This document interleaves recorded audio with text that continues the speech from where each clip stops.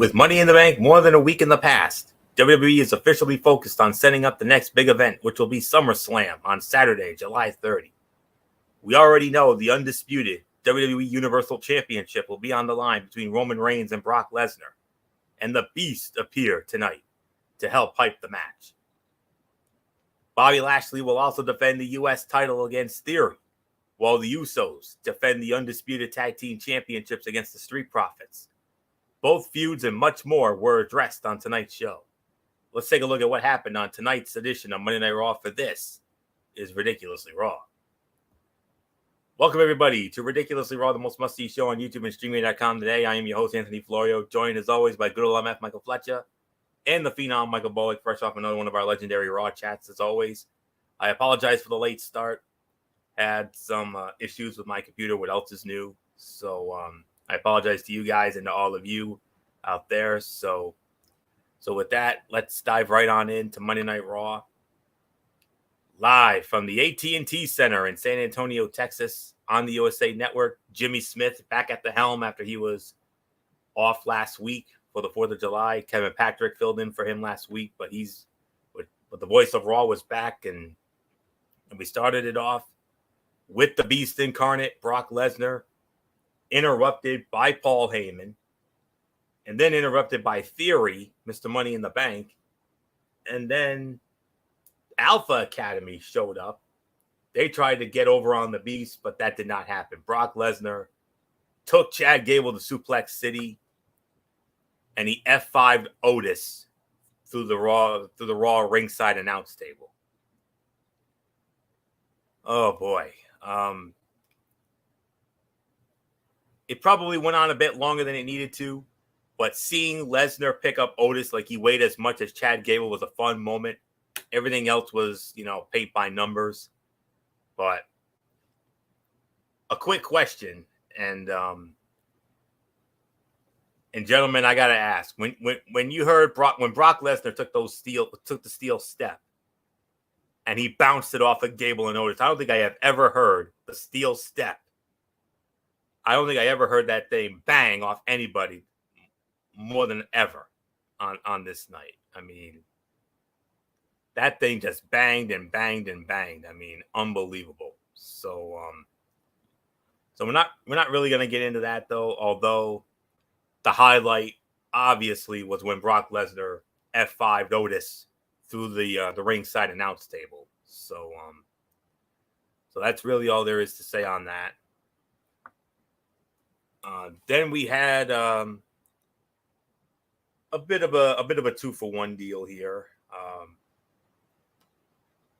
As it was in the first match of the night, it was Rey Mysterio one-on-one with Finn Balor. They did have a verbal exchange before the match. Judgment Day continuing to make the push for Dominic to join them. But it led into the match with Balor and Mysterio. Finn Balor wins the match 10 minutes and 15 seconds with the coup de grace, or as we like to call it, or as Luigi PS3 once infamously called it, the coup de grace. And all right, the match was already taking place when we returned in the commercial break. So the live crowd got a few more minutes of action than us watching at home. And as expected, Rey and Finn Balor had an entertaining exchange. But there were times when it felt like they slowed down more than needed. Prince scored a relatively clean and decisive win over Rey with the coup de grace, which I thought was the right thing to do after the Eddie Guerrero finish a week ago in San Diego. So they had to give Finn the win back here. And Damian, and one interesting thing during the verbal exchange, and that was Damian Priest mentioning that in 2 weeks, when Monday Night Raw, the go-home show for Monday Night Raw for SummerSlam, emanates from the world's most famous arena, Madison Square Garden, I think they're going to be doing something for the 20th anniversary of Rey Mysterio, and rightfully so. Because they did it for Randy Orton. They did it for Brock Lesnar. They did it for Randy Orton.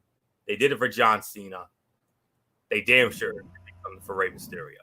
So that's all I can say on that. One of the fights of the night here. I'm going to give this about 3 to 3 1/4 for the effort. So, MF, Rey Mysterio, and Finn Balor. Wow, first time ever matchup. I love it. Yeah, first time ever matchup. Solid match also. 3 stars for me. It was good in moments. Yes, it was a little slow in certain parts, but you also got to remember these are 2 wily veterans. You don't need to go all out, full steam on every little detail. You can reel it in a little bit, but it was a solid battle. It was a solid match. 3 stars. Bullet, go.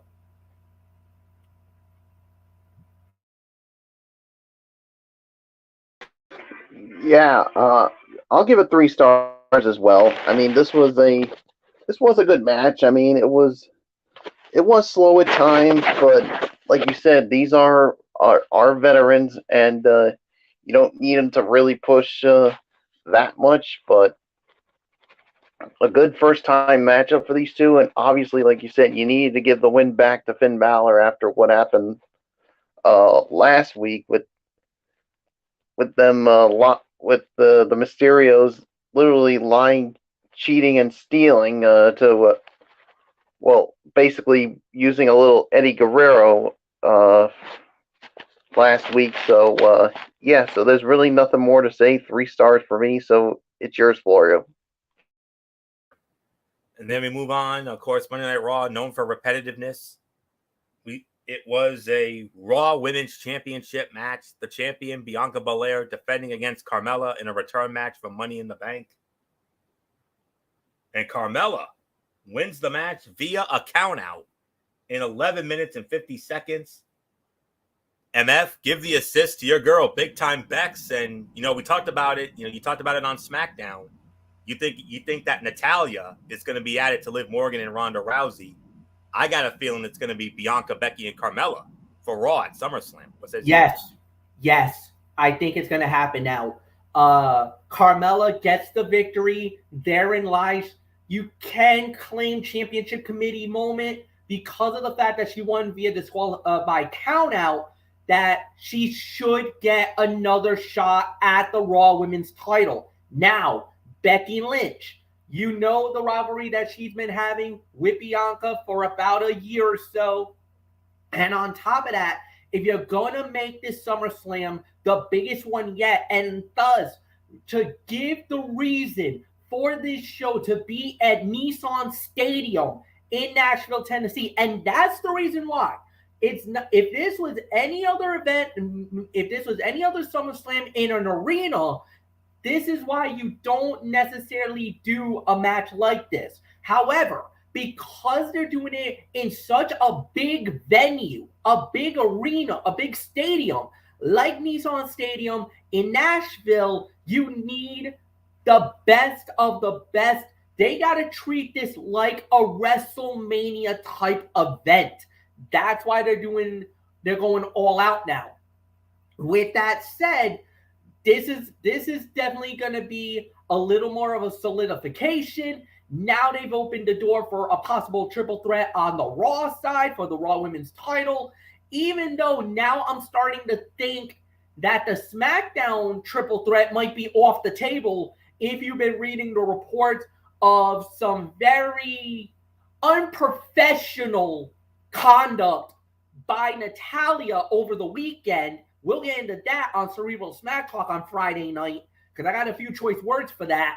And Anthony, I know you're a Hart family. Yeah, I know you love the Harts with your heart, body, and soul. You're probably not going to like what I'm about to say about what happened over the weekend. But actually, MF, Bullock actually told me about it during our Raw chat tonight, so I know it. I know the story. So, and I am very upset, and I am beyond disappointed with Natalya. I mean, out of all the Hearts, I love all the Hearts. I love all the Hearts, but when it comes to Natalya, I'm sorry, she's my least favorite. Can't stand her.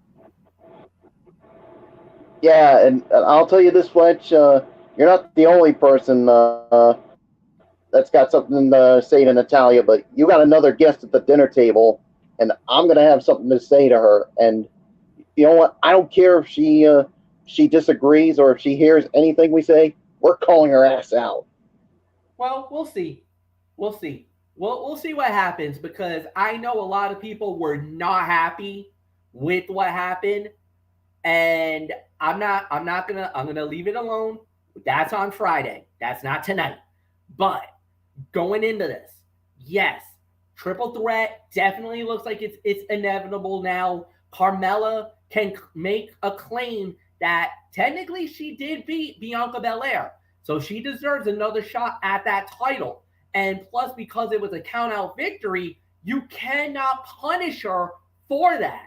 Yes, she won the match. She doesn't get the title. However, because she won, you can lay claim that she deserves one more shot at the Raw Women's title. Now, as far as Becky goes, a lot of people are going to say, well, now, wait a minute. No, Becky doesn't deserve another opportunity. Why is she getting back into the title picture again? You know, she lost her opportunities at Money in the Bank. She lost the Money in the Bank. She's already lost to Bianca in the past. Why is she getting yet another shot at this championship? And why is she getting it in? The thing is that she is playing the emotional card. She is playing the card on Bianca. She's going to force Bianca to add her to the match, even though she has, unfortunately, this time around, Becky has no footing or no right to be in this championship match. She has no reason to be in this title fight this time around. Any other time, you know how much I love Becky Lynch. You know my love affair for Becky and what she is to the WWE and to Raw. You know, she's one of the best in the Raw division. Unfortunately, this time around, she's getting in it because of name recognition, not because of her talent, not because of the body of work from the last few months, because if you notice, last few months, she hasn't been winning any matches. So in retrospect, she should not, I repeat, should not be fighting for the Raw Women's title. But because she's the man, she's big time Bex, and she is a former multi-time Raw Women's champion, you have to add her to the fight. And plus, this is more of a money thing than anything else. This is to sell the tickets to SummerSlam at Nissan. You need Becky there more than anything else. If it wasn't for that, if this was a smaller arena or, you know, like the Bridgestone Arena in Nashville, chances are you don't see Becky in that match. But because it's in Nissan at the home of the Tennessee Titans, you need a big crowd and you need your biggest stars for this show. So this is what happens. So Becky will be added, even though, unfortunately, this time around, I disagree with it. So nothing more to say. Bullock, it's yours.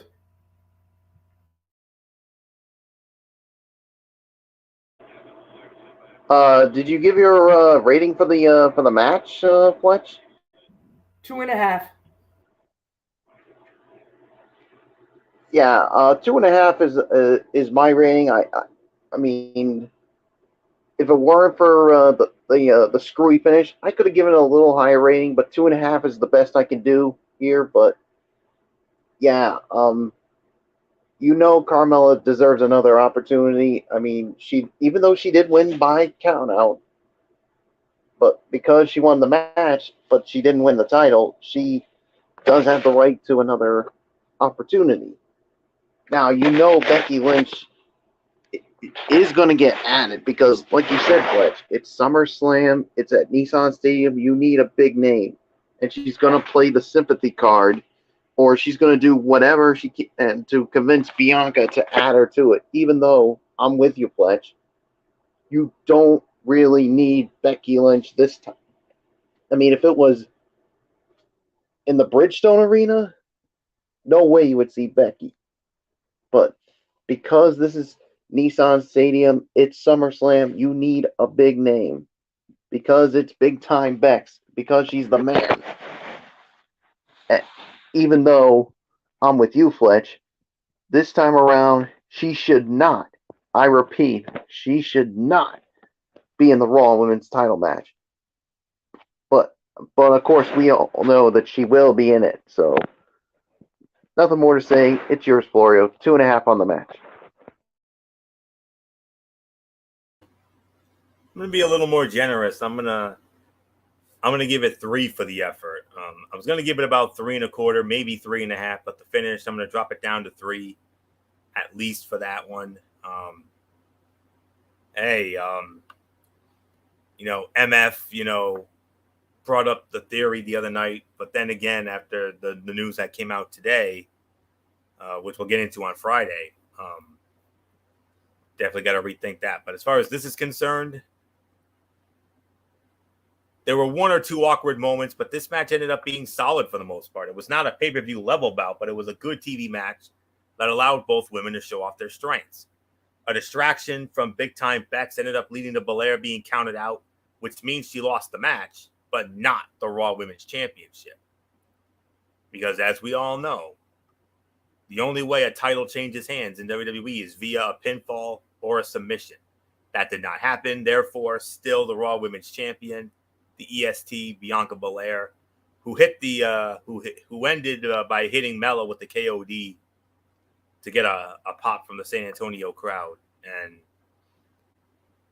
there's definitely got to be a 3-way now with Bianca, Carmella, and Becky in the SummerSlam. So, and the last time Carmella was in a 3-way at SummerSlam, it ended up being one of her best matches, if not her best match, when she was in there with Charlotte and Becky in 2018 for the SmackDown Women's title. So we'll wait and see on that. But 3 stars, definitely my effort for that. Then we had Miz TV segment. Miz's guest was his new heavy, I guess we could say, Ciampa.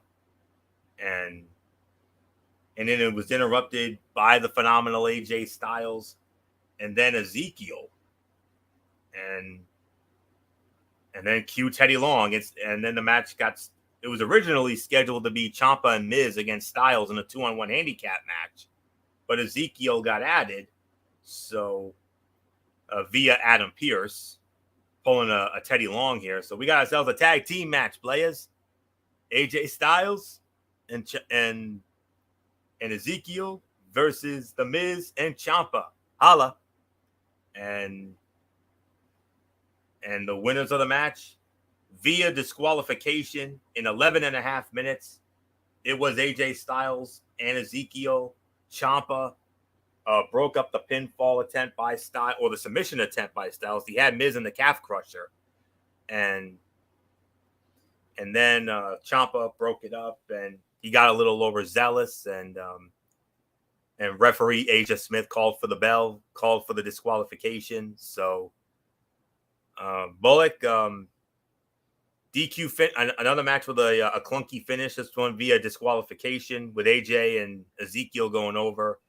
Of course, the big news is when it comes to The Miz, Logan Paul is going to be in Tampa on Monday Night Raw next week. So Miz better watch his ass. Yeah, he better watch his ass because Logan Paul's looking for him. And I got a feeling Logan Paul's going to want The Miz at SummerSlam. So we'll see how that all plays out. But 3 stars is my rating for this. I want to give it 3.25, maybe 3.5. But because of the DQ finish, I can only give it 3. I mean, yeah, Ciampa was a little overzealous during his attempt to break up the pinfall of AJ Styles, and that's what led to the disqualification victory. So yeah, so there's really nothing more for me to say. It's yours, Florio. It was a relatively simple match. Everyone looked good, but there was nothing overly memorable about it. The DQ finish right after a count out will rub some people the wrong way. And that's all there is to really say on that. So it's another 3-star effort, bumped down from, like Bullock said, it was originally a 3 1/4, 3 1/2, because it was a good match, but the DQ finish right after a countout finish, that's a little clunky to me. So it's going to be 3 for this. So MF, what's next in all this? We already know Logan Paul and The Miz, but what about AJ and Ezekiel and Ciampa and the rest of them? Yeah, I don't know. This is going to be very interesting to see how this plays out. Maybe they could possibly be looking at maybe a tag team or a triple threat. I know they want to do Miz and Logan one-on-one, but honestly, does the fans really want to see that? No. Obviously, they're going to want to use Logan Paul at SummerSlam. Fine. It looks like we're stuck with that. But the thing is that I think now you're going to want to add another element. Maybe you have AJ in the corner of Logan Paul and Ezekiel in the corner of Logan Paul. Obviously, you might have Ciampa in the corner of The Miz and maybe one other person just to even it out, go 3-on-3.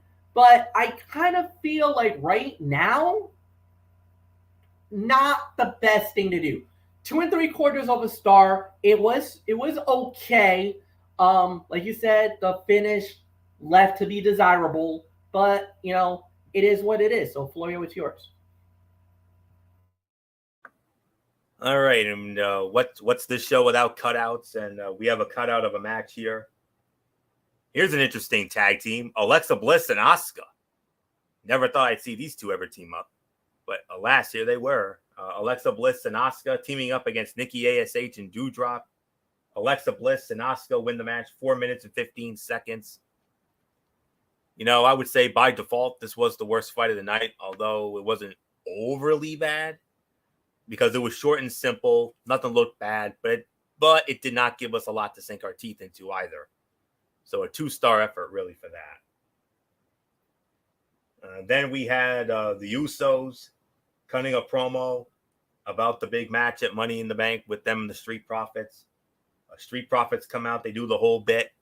Now, we have an interesting caveat in here, gentlemen, and that is when the Usos and the Street Profits battle for the undisputed tag team championship in the SummerSlam in their Money in the Bank rematch, we're going to have a special guest referee. And they obviously started teasing it because they had R-Truth come out.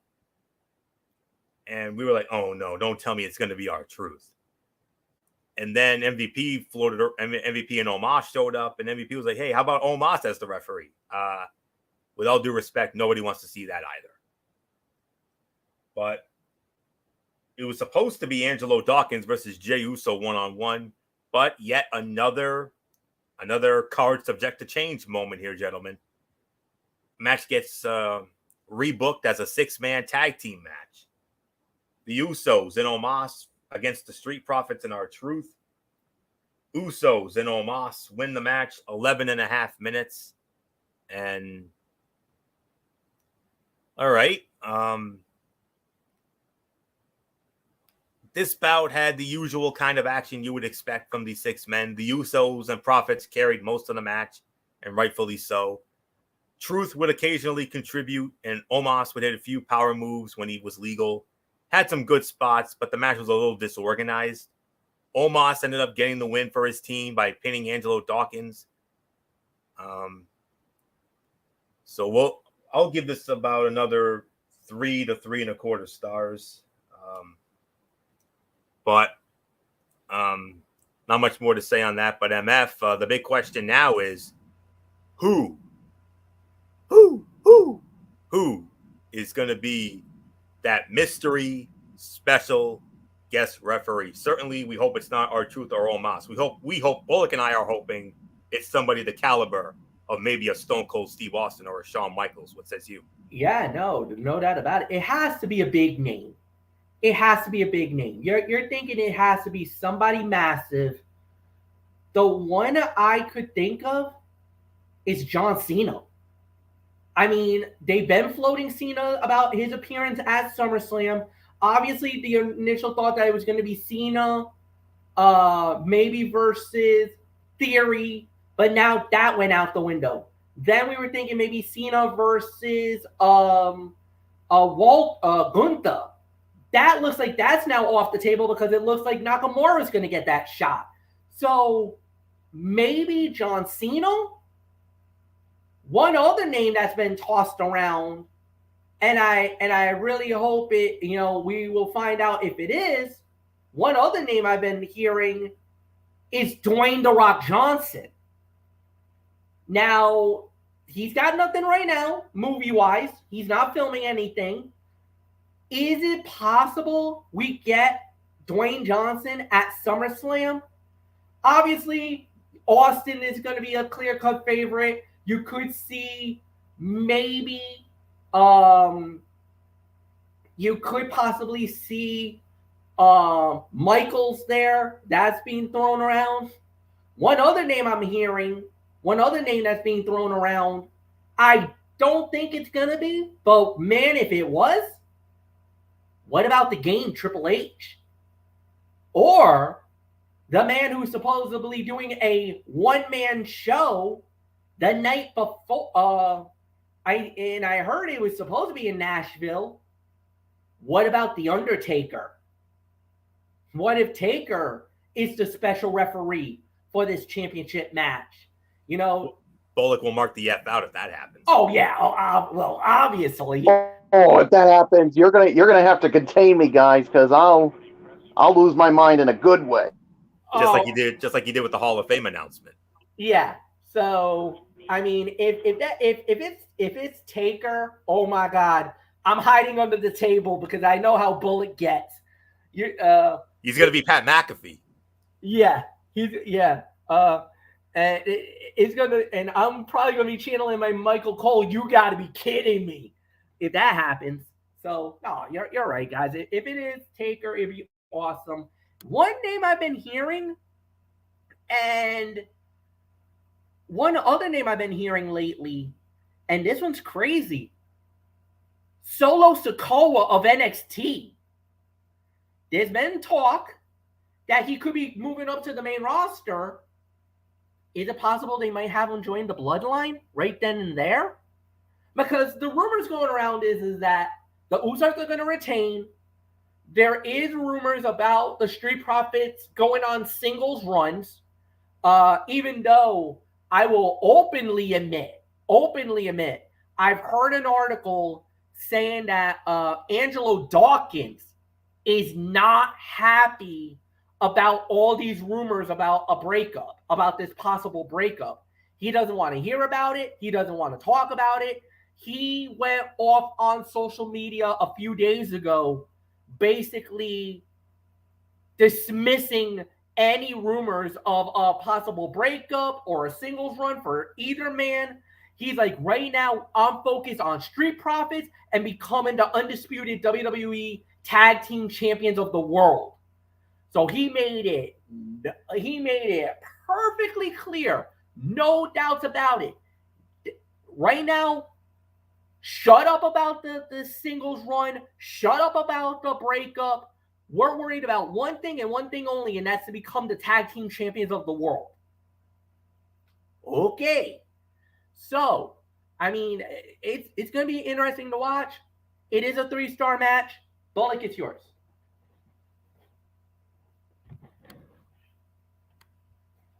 Yeah, it's a 3-star match for me as well. I mean, it was fine for what it was, but yeah, I mean, when it comes to this, I mean, who the mystery guest referee is, I mean, all those names are very interesting, but I got a feeling, guys, that we probably will not know until SummerSlam. That's just how I feel. Because they always like to give us the element of surprise. So, and if they're going to do that, it's best that they wait until SummerSlam to announce it. So, we'll wait and see what happens. So 3 stars. Let's move on, Florio. Yeah. I don't have any issues with that whatsoever. If as you know, that's obviously the road they're going to travel on. But all right, so I believe now we get into the main event of the evening. And it was the United States Heavyweight Champion Bobby Lashley teaming up with Riddle. They squared off against Seth frickin' Rollins and Mr. Money in the Bank Theory. Winners of the match in 13 minutes and 50 seconds. It was Bobby Lashley and Riddle.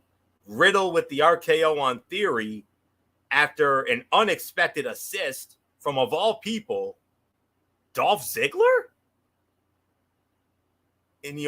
Okay. 13 minutes and 50 seconds, time of the fall. MF, Dolph Ziggler getting involved at the end. What's up with that? I know. I was a little perplexed myself, and he's going after Theory. I think I know why. It's all about the Money in the Bank. I think Ziggler is realizing that maybe WWE made a mistake by putting the Money in the Bank on Theory. Just like, if you remember, a couple of years ago when they put the Money in the Bank on Otis, and then they made the mistake because of the fact that they were hoping, banking on that, the fact that the fans would be back by then, because remember, this was during the COVID, and that this was during the Thunderdome era, and more importantly, this was before Thunderdome. This was when they were at the WWE Performance Center, and there was that Money in the Bank, that one and only time where you climbed the corporate ladder, where they had the ring at the top on the roof of the WWE Titan Tower in Stamford, Connecticut. Now, maybe this is their way of thinking, fans didn't like this. Fans are not happy about this. We might need to do something. We might have to yell audible here. Maybe Ziggler's the one that maybe they forced Theory to put the Money in the Bank briefcase on the line against Ziggler. Or this could be a whole totally different thing altogether. We don't know. All we know is that Ziggler made it abundantly clear. He laid out Theory. Theory tried to steal one from the back door, foot on the rope. Ziggler knocks his feet off the ropes. That led to the RKO, or I should say the RK Bro, for the 1, 2, 3. And then Ziggler crushes him with the zigzag right after that. So I don't think it's because of Theory as an individual. I think he sees a man who does not deserve the Money in the Bank contract, and Ziggler is feeling, I should be the one to get it, and I'm going to take it off your hands one way or another. So maybe, just maybe, small chance, but Theory might have to run double. Either they do the match next week or the week after, or they might do something unprecedented where Theory might have to go double dip and might have to pull a double hitter, 2 matches in one night for him, maybe 3 if he does indeed attempt to cash in on the after the outcome of the triple threat cash in after the last man standing. But there is a theory, no pun intended, that I have in mind that actually could work in Theory's favor if he wants to actually become the undisputed champion and would not even need to pin Roman or Lesnar to win the title. I'll let you stew on that for a minute. Michael Bullock, it's yours. Yeah, this was a solid main event. This was about 3 3.25. So it's yours. Riddle 1, Bullock. You know what that means. Hit us with it. Bro. Yeah, so I'll give this about 3.5 stars, and this was definitely the fight of the night, hands down. I mean, this was a good way to close out the show. I mean, yeah, the mystery of Dolph Ziggler uh, kicking Theory after the match. I mean, like you said, maybe it could be because of giving the Money in the Bank to the wrong person, and WWE wants to make it right. So we'll see how it all plays out. So it's yours, Florio. I'm with Bullock on this. 3.5 stars. Fight of the night. The physical ability of the four men in this bout was never in question. This match had plenty about it to enjoy, and that's really all there is to say on that. And so we'll see what happens. So let's get to the overall review. Michael Bullock, solid show tonight. We had quite a few solid matches here. Yes, there were some questionable finishes and whatnot, but I'd say overall a solid, passable show tonight. Yeah, I thought it was a solid, passable show. I'll give it about maybe 6.5 to 7 on this one. Even though I'm leaning more towards 6.5, because like you said, I mean, you had some solid matches, even though there were some questionable finishes, and of course, one match that was a cutout. So 6.5 for me. It's yours, Florio. Yeah, I'm right there with him. Give it about 6.5 to 7 here. Not the greatest, but not the worst. Like I said, we had quite a few solid matches on this show tonight, and some good hype for SummerSlam, and it gets us thinking about who's going to be that mystery special guest referee for the Usos and the Street Profits tag team title match at SummerSlam, and also what's the deal with Dolph Ziggler? I mean, gives us a couple of things here. It was a solid show with strong opening and closing segments. It wasn't an overly particularly newsworthy episode in terms of SummerSlam developments, aside from where Ziggler's actions at the end of the show are leading, and of course the guest referee stuff. But 6.5 to 7. I'm with Bullock on that. So I'm gonna take it home, and I'll set up the Tony's take here. 6 out of 10 for me. Yes, it was a solid show. Could have been a lot more better in certain elements, but all in all, it was pretty good. Too many 50-50 bookings that was not to my liking, but it was I will say this. Raw was a 10 million times better than SmackDown from last week, and that is a good sign for this week's stuff of WWE action. Of course, NXT 2.0, that's starting to get a lot better than it has been in the last few weeks. They got a big show tomorrow night. Of course, the big main event, they've been promoting it. Will Roxanne Perez pull the double and become the new NXT Women's Champion? But she's going up against one of a pretty defiant champion in Mandy Rose. So we're going to see how that plays out. Yeah, so 6 for me. Anthony, it's yours. And we will review that match come Wednesday night on Wednesday Night Madness. So all right. So with that being said, Tony's take time here and now. Impact Wrestling, of course, the fallout from the Impact Plus special Against All Odds. And we started it off with an X Division against former AEW standout and 5 Angels. Yeah.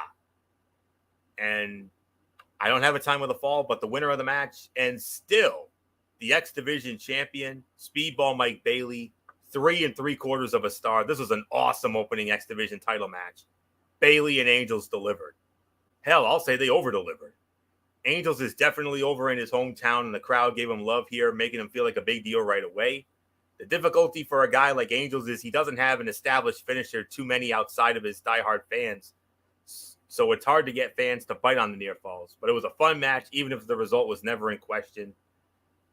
Here's hoping Alan Angel sticks around for the long haul. Great matchup here. 3 3/4 of a star. Then we had an in-ring segment. Cody Deaner and Joe Doring. And Deaner called out Josh Alexander, but it was interrupted by Eric Young. And looks like there's some dissension amongst the ranks within Violent by Design. We'll have to keep an eye on that. Then back to live action, in-ring action. Trey Miguel versus the Laredo Kid. Trey Miguel wins the match. 4 stars. Another awesome match with a good bit of storytelling from Trey Miguel. Typically, he'll sell an injury in the match, then have a burst of offense, and it's kind of silly because he doesn't win off the action and goes right back to selling. That said, he did that really well in this match, so I'd say he's improving a great deal in that category. Super fun match, and I appreciate the finish a great deal as Trey used the crossroads for the finish to avoid injuring his knee any further with the Meteora. Commentary did a great job selling this match as well. And then we had, in a Be a Man fight, we had PCO squaring off against Decay member Black Taurus. PCO wins the match. 3 stars. Solid match, even with PCO's reckless moveset leading to a few moves not hitting exactly perfect. PCO is good for what he is. He's a crazy monster, but he's really broken down at this point of his career. Then we had Mahabali Shera squaring off against Rich Swann. Rich Swann wins the match. By default, this was the worst fight of the night. 2.5 stars. As much as I was not excited for this, it wasn't too bad. I mean, pretty decent win for Swann. And I wonder if there's a plan for him in the near future or just a win over a big guy to remind us Swann is a big deal. I'm not really a fan of Shera still. He had a lot of moments where he just didn't look great in this match. Then we had the main event of the evening.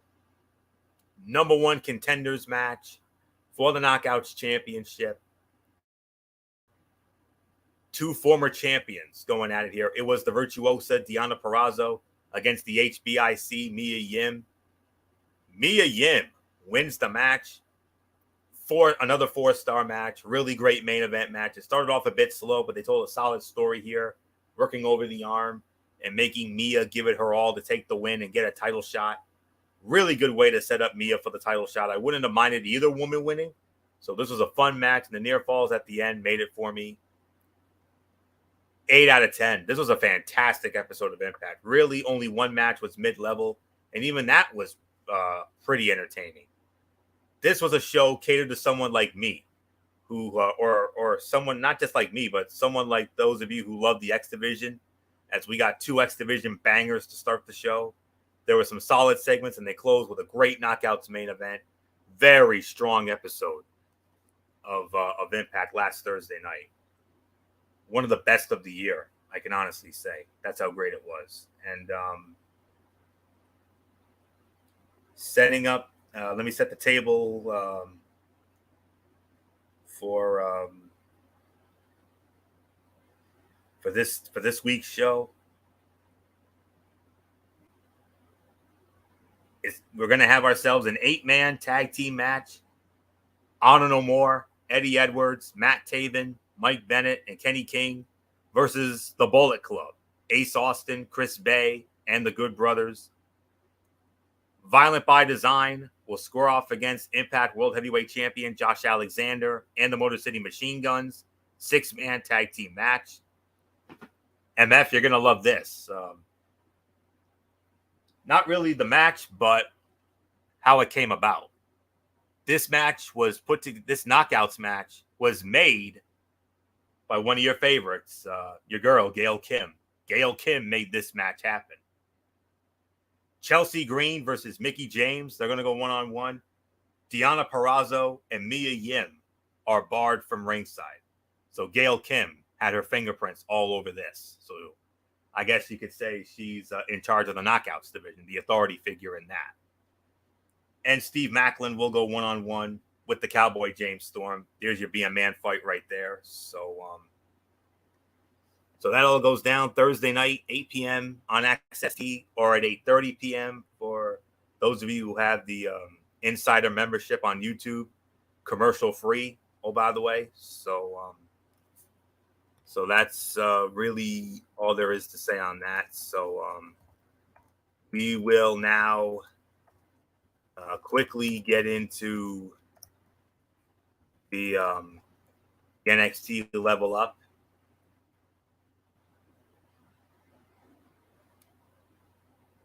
All right. All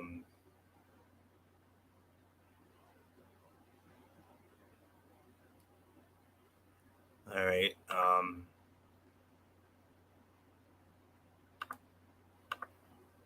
I got a lot of stuff up here. All right.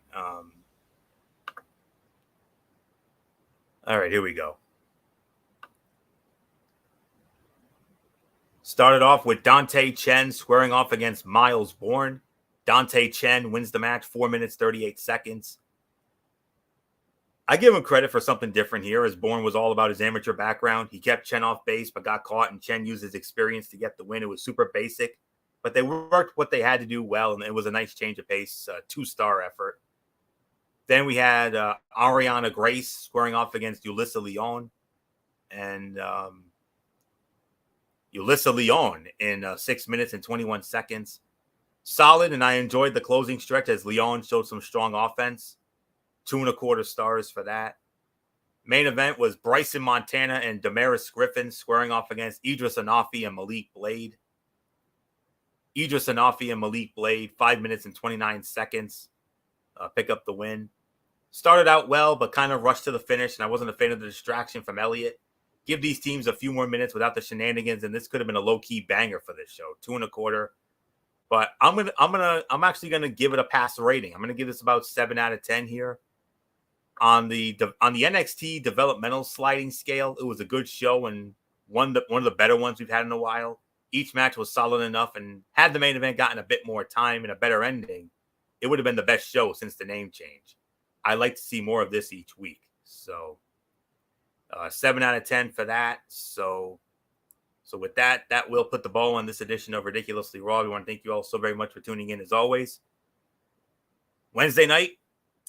What time I'm at? 10:30? Usual, I'm sure. So yeah, about 10 o'clock. About 10, right after Dynamite. And it'll be on Brace Fan 95 as always? Yeah, as always. All right. So, you heard it here. Brace Fan 95, MF will have it immediately following Dynamite on Wednesday night. Wednesday Night Madness, as we will have our review of NXT 2.0. That huge women's title match we talked about with Mandy Rose and Roxanne Perez. And then, of course, AEW Dynamite Night 1, or Week 1, rather, a Fighter Fest. And then Thursday, we got TXN Sports World. We'll let you know what we're going to get into on that soon enough. And then Friday, we got the Cerebral Smack Talk. MF will have that as well. SmackDown, AEW Rampage as always. And then right back here for another edition of Ridiculously Raw as we inch closer to SummerSlam. So that's it. So until Wednesday night, for Wednesday Night Madness, Anthony Floyer here on behalf of all of us here at Talking Wrestling TXN, good old MF Michael Fletcher, the Phenom Michael Bullock, and the First Lady Dee Dee Woodson in spirit. You know the routine, everybody. Thumbs up. Talk to you later. Yeah. Throw it up, Fortune 4 style. Bye for now, my friends. God bless. Be good to each other. Have a blessed couple of days, and until Wednesday night for Wednesday Night Madness over on the MX channel of Race Fan 95, you've been watching Ridiculously Raw right here on the Tone 25 on YouTube and StreamYard.com. And remember, my friends, as I always say, no matter what anyone tells you, beyond anything else, wrestling is indeed actually real. For everybody who's been a part of this one, for now, Anthony Florio, so long. Bye, everybody. Bye.